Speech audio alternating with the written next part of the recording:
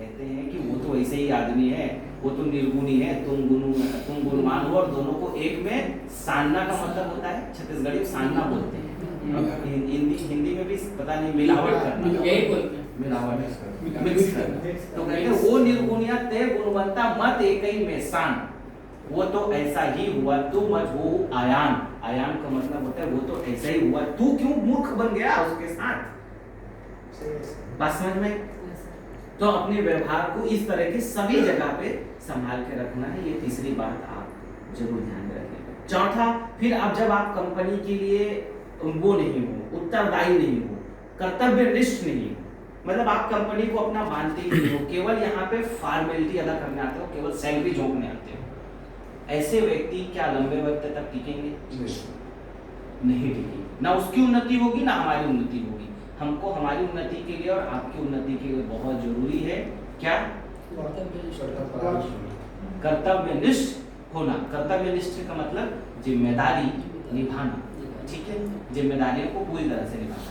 चलिए, मेरी इतनी बातों को आप ध्यान रखें और फिर आगे जस्ट अब हर वीक में, अभी हम लोग जब तक कम स्टाफ है तब तक हर वीक में एक बार ऐसा बैठक चालू करते हैं, और जब स्टाफ ज़्यादा हो जाएंगे तो फिर रेगुलर बेसिस पे हम लोग थोड़ी हर दिन की मीटिंग स्टार्ट करेंगे, ठीक है। बहुत बहुत धन्यवाद। अगर आज कुछ नहीं मैं बैठूँ, ठीक है, आप चर्चा करें, ठीक है, आप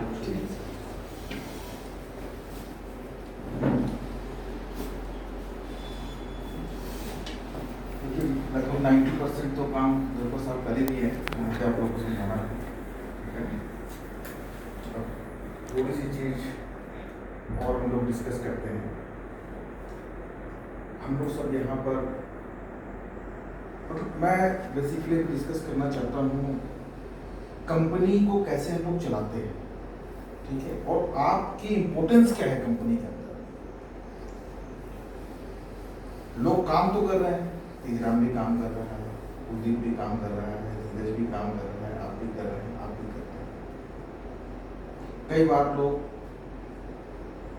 किसी वजह से भी अपने काम से थोड़ा सा स्केप हो जाते हैं, परंतु उसका इफेक्ट कहाँ कहाँ कंपनी को पड़ता है ना। आपके थोड़ा सा वर्क के स्केप करने से कहाँ कंपनी को नुकसान होता है और उसका क्या इफेक्ट पड़ता है, और आप हमारे कंपनी के लिए अपने वर्क पर, अपने स्थान पर कितने इंपॉर्टेंट है और कितना मायने रखते हैं, हम लोग इस चीज़ पर डिस्कस करते हैं, ठीक है ना। कभी भी जैसे तीजराम वो पैकिंग का काम करता है या वो 85 हम भेजते हैं उसको, तो ऐसा नहीं कि उसकी इम्पोर्टेंस हमारे यहाँ कम है, उसकी इम्पोर्टेंस उतनी ही है जितने अदर एम्प्लॉयज़ की। वो भी हमारे कंपनी, मतलब समझिए एक मशीन, एक मशीनरी पार्ट, वो भी हमारे एक मशीनरी पार्ट का हिस्सा है। वो भी अगर अपने काम से कहीं स्केप करता है तो हमारी पूरी मशीनरी उससे अफेक्टेड होती है। एक नट बोल्ट पूरी मशीन को ब्रेक कर देगा, एक मशीन का नट बोल्ट टूट जाए, मशीन का एक नट बोल्ट टूट जाए तो पूरी मशीन टूट जाती है, ठीक है ना। तो अब हम लोग बात करते हैं इम्पोर्टेंस को लेकर। लोग समझते हैं मेरा तो काम बहुत छोटा सा है, क्या फर्क पड़ेगा, थोड़ी देर लेट जाता हूँ, सो जाता हूँ, बैठ जाता हूँ, ठीक है ना, पर ऐसा होता है। एक फॉर एग्जाम्पल मान लीजिए, आज मैं समझाता हूँ आपको। गियर, आपने देखा गियर कैसे वर्क करता है? मशीनरीज में, मशीन के अंदर में गियर लगा होता है, देखा आपने?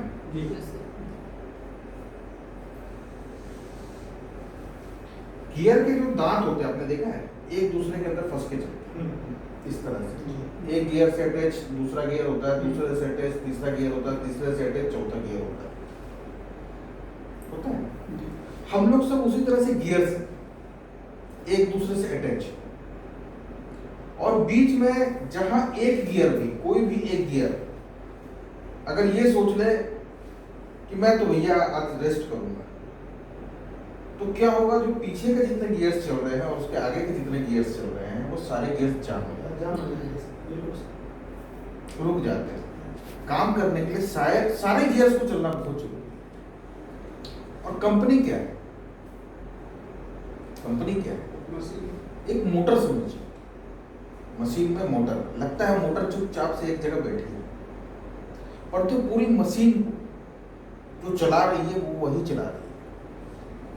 पूरा लोड का मतलब हम लोग एक एग्जांपल दे देकर के चीजों को जब समझते हैं तो ज्यादा बेटर समझ में आता है। बिजली का पावर पूरा मोटर के पास ही आता है, उसके बाद मोटर उससे वर्क लेती है। बिजली का पावर मतलब हमारे खर्चे, एक्सपेंसेस, वो किसको बेयर करना पड़ता है? कंपनी को।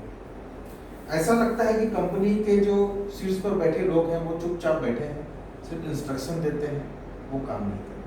देखने में ऐसा लग सकता है ना, परंतु कंपनी ऐसे नहीं चल रही है। वो दिन रात मेहनत कर रहे हैं उसको चलाने के लिए।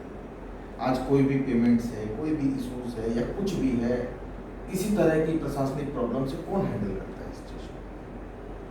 सीट्स पे बैठे। तो अपने अपने इंपोर्टेंस को कोई भी व्यक्ति कम ना समझे। दूसरी चीज अब हम आते हैं सहयोग को लेकर, है ना।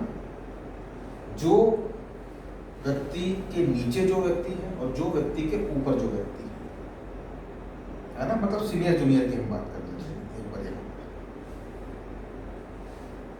तो यहाँ पर क्या है कि आपको अपने सीनियर से और अपने जूनियर, आपको ये नहीं सोचना है कि ये तो कल आया है, मैं इससे पुराना,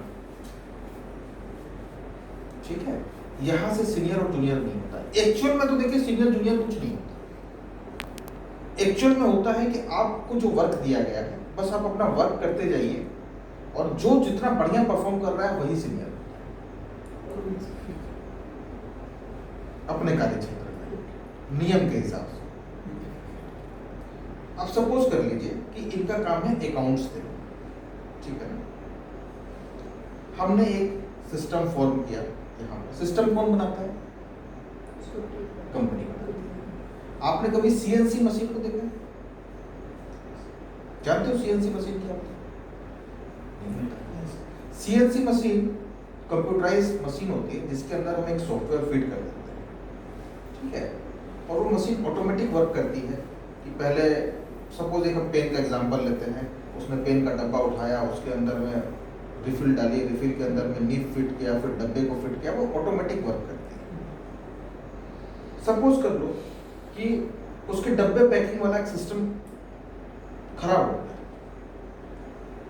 मशीन के अंदर का वो एक पार्ट्स खराब हो गया जो डब्बे को पैक करता है, तो हमें तो उस पार्ट्स को रिप्लेस करना है उठा करके। अब हमने रिप्लेस किया तो वो पार्ट्स क्या है वहां पर? वो नया पार्ट्स है।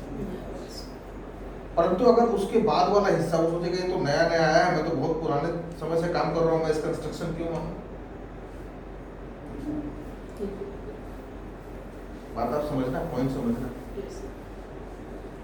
एक नया पार्ट्स मशीन का खराब हो गया, हमने चेंज किया उसको पार्ट्स को, दूसरा पार्ट्स लेकर के आए, परंतु जो पार्ट्स उसके बाद जो वर्क करता है, उसके नीचे जो वर्क करता है, डब्बे पैक होने के बाद जो वर्क करता है, उस पार्ट्स में अगर ईगो आ जाए, अरे ये तो कल आया, मैं तो इस कंपनी में 10 साल से हूं, तो कल ही रिप्लेस होकर गया है, मैं इसकी नहीं सुनूंगा, नहीं चलेगा ना, सुनना। उसका अपना जो रोल है वो है और इसका जो अपना रोल है वो है, वर्क उसी तरह से चलेगा। तो हम लोगों को इस चीज को कभी भी नहीं करना चाहिए, सोचना नहीं चाहिए, मन में नहीं लाना चाहिए कि ये नया स्टाफ है, ये पुराना स्टाफ है। उसका जो रोल है, उसके रोल के साथ ही आपको उसको एक्सेप्ट करना है ना। उसको किसी तरह से ईगो में, प्रेस्टीज इशू में नहीं लेना है। ये तय जो आते हैं वो नहीं करते हैं, ये तय आप नहीं करते हैं, ये तय कंपनी करती है कि कहाँ किस चीज़ की प्रॉब्लम आ रही है, कहाँ किस चीज़ की दिक्कत आ रही है, हमें कहाँ लोगों को रखना है, कहाँ से उनको शिफ्ट करना है, ठीक है ना। तो जब आप अगर इस तरह की भावना लाते हैं असहयोग की उनके साथ में, तो सिर्फ वो व्यक्ति इफेक्ट नहीं होता है, इसका इफेक्ट पूरे पीछे कंपनी तक चलता है, पूरी कार्य प्रणाली बाधित होती है ना। मैंने ये चर्चाएं, मैं पार्टिकुलर किसी का नाम नहीं लेना चाहता, परंतु ऐसी एक, जिसको आप बोल सकते हैं ह्यूमन नेचर भी है, एक ह्यूमन नेचर भी है, आदमी के अंदर ये चीजें आ जाती हैं। आइए से सबको साहिब बंदी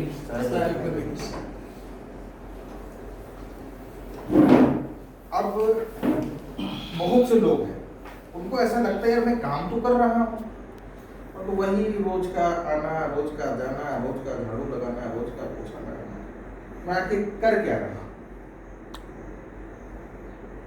मेरी ग्रोथ तो हो नहीं रही, ग्रोथ हो रही है, आपको दिख नहीं। एक नट बोल्ट का काम क्या होता है? एक सामान को दूसरे सामान से टाइट करके रखना, रोक के रखना, ठीक है ना? एक हवाई जहाज का एग्जांपल ले लेते हैं। हवाई जहाज के अंदर लाखों पार्ट्स होते हैं, उसमें नट बोल्ट भी होते हैं, तार भी होते हैं, मशीनरीज भी होती है, लोहा लकड़ भी होता है लगा हुआ, कुर्सी चेयर भी होती है लगी। पर तो क्या कुर्सी चेयर को हम हवा में उड़ा सकते हैं उससे निकाल कर? नट बोल्ट को हम हवा में उड़ा सकते हैं उससे निकाल कर? उसके तार को निकाल दे तो हवा में उड़ा सकते हैं? वो हवा में कब उड़ते हैं? जब सारे एक साथ इकट्ठे होते हैं, हवाई जहाज से जुड़े होते हैं, और जब हवाई जहाज उड़ता है उसके साथ साथ वो भी हवा में।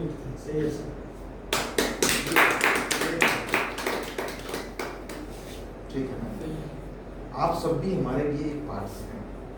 कंपनी है हवाई जहाज, एरोप्लेन, आप में से कोई तार है, कोई नट बोल्ट है, कोई अदर काम कर रहे हैं, कोई अदर काम कर रहे हैं, परंतु आपकी इंपॉर्टेंस बहुत है सब लोगों की, हर एक व्यक्ति की, है ना? तो कंपनी की ग्रोथ आप जब करेंगे, कंपनी जब फ्लाई करेगी, आप उसके साथ फ्लाई करेंगे। ऐसा नहीं है कि आपको ऐसा लग सकता है कि मैं सिर्फ एक ट्रेडमिल पर दौड़ रहा हूँ, पहुंच कहीं नहीं रहा। ट्रेडमिल तो समझते हैं, जिसमें हम लोग जॉगिंग करते हैं, दौड़ते हैं। हाँ, तो आपको रूटीन वर्क ऐसा लग सकता है कि मैं एक ट्रेडमिल पर दौड़ रहा हूँ, परंतु ऐसा है नहीं। कई सारे आयाम हैं, कई सारी चीजें हैं। आज हम लोग सब चीजों पर, सारी चीजों पर चर्चा आज कर नहीं सकते, करेंगे तो फिर बहुत लंबा हो जाएगा, है ना? तो जो बेसिक जो मेरा मुद्दा ये था कि आप एक गियर सिस्टम को फॉलो करो, है ना? हम लोग सब एक गियर के जैसे फंसे हुए हैं एक दूसरे के साथ में। अगर एक गियर रुकता है तो उसका इफेक्ट पूरे तंत्र को, ठीक है ना? फिर कंपनी डिसाइड करती है कौन सा पार्ट्स से कहाँ गड़बड़ी आ रही है, कंपनी को पता चल जाता है। भले आप कुछ भी करो, तो ऊपर जब फर्क पड़ता है कि कहाँ से, हम लोग स्क्रूटनी करते रहते हैं कि किस वजह से प्रॉब्लम आ रही है हमारी कंपनी को, कहाँ से दिक्कत आ रही है, कौन सही से वर्क नहीं कर रहा। हम लोग का रोल वही, जब हमें पता चलता है।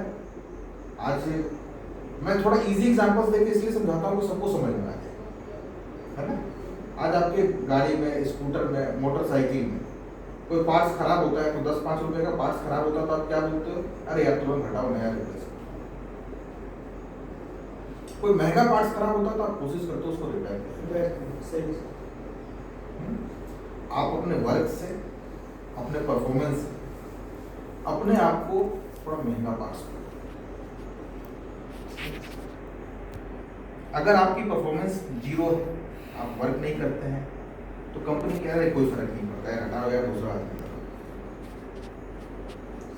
और तो आप अच्छे से वर्क करते हो। देखो ह्यूमन नेचर है गलतियां करना, गलतियां जब तक इंसान है उससे होगी।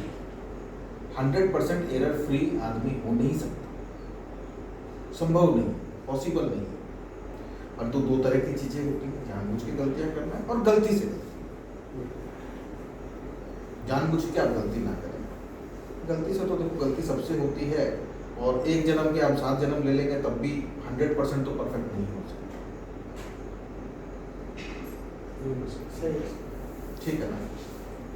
तो सहयोग की भावना से काम कीजिए, अपने इम्पोर्टेंस को समझिए, कोई छोटा बड़ा नहीं, अपने ऊपर अपने नीचे सबको कोऑपरेट कीजिए, और ये समझिए जहां आप रुक रहे हैं पूरा तंत्र रुक रहा है।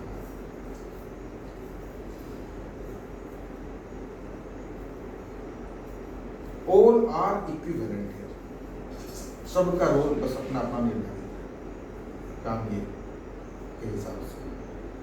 और जो साहब जी ने जो वृक्ष वाली बात बोली है, बहुत बहुत सटीक बात है।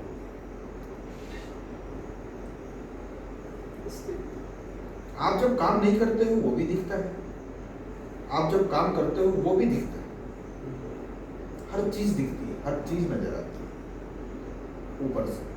आप नीचे ग्राउंड लेवल से देखोगे तो आपको चीजें नहीं दिखेंगी। दुनिया क्या है, दुनिया आप जैसी देखते हो वैसे ही नहीं है। आप दुनिया को जितने एंगल से देखोगे दुनिया उतने एंगल की दिखाई देगी आपको, अलग अलग तरह की दिखाई देगी। आप हवाई जहाज से ऊपर से दुनिया को देखो, दुनिया बिल्कुल डिफरेंट दिखेगी। नीचे से देखो बिल्कुल डिफरेंट दिखेगी। 10 महिला ऊपर चढ़ के देखो तो दुनिया और अलग दिखेगी आपको, अलग तरह से दिखेगी। वही रास्ते, वही बिल्डिंग, एकदम लगेगा ये तो इस तरह का है। बिल्कुल सही। आप जैसे सोचते हैं वैसी नहीं है दुनिया। एंगल बदलो, चीज़ों को ध्यान दो, देखो, अपनी इंपॉर्टेंस को समझो, अपने ऊपर नीचे वाले की इंपॉर्टेंस को समझो, और बिना सहयोग के ना हम ग्रो कर सकते हैं और ना आप ग्रो कर सकते हैं। कभी ये ना सोचें ये मुझे ऑर्डर दे रहा है, वो मुझे ऑर्डर दे रहा है ना, all are playing their roles. तो आज का सेशन हम लोग यहाँ कंप्लीट करते हैं, ठीक है। फिर किसी और दिन बैठेंगे नए सेशन के साथ, कुछ नए डिस्कशंस करेंगे, नई चीज़ों को समझेंगे, जानेंगे। आप लोग की तरफ से भी जब हम लोग नेक्स्ट मीटिंग बैठे कुछ सुझाव हो बता सकते हैं, है ना। अपनी समस्या, अपने सुझावों को भी आप लोग रख सकते हैं हमारे इस प्लेटफॉर्म पर कि सर मुझे ये प्रॉब्लम हो, या इसको कर सकते हैं। क्या आप लोग में से अधिक कोई अपना कुछ सुझाव या कोई चीज़ें जो किसी को कोई प्रॉब्लम हो तो आप अभी शेयर कर सकते हैं, बात कर सकते हैं उन सब चीज़ों को। है आप लोग से भी किसी को डिस्कस करें? नहीं? आपको कोई भी समस्या हो अपने सारे पॉइंट्स आप नोट करते रहिए, हम लोग फिर नेक्स्ट मंडे को बैठेंगे, है ना। कुछ भी चीज़ें अगर याद आती है तो आप उसको नोट कीजिए, हम लोग नेक्स्ट मंडे को बैठेंगे और फिर हम लोग फिर से डिस्कस करेंगे। ठीक है।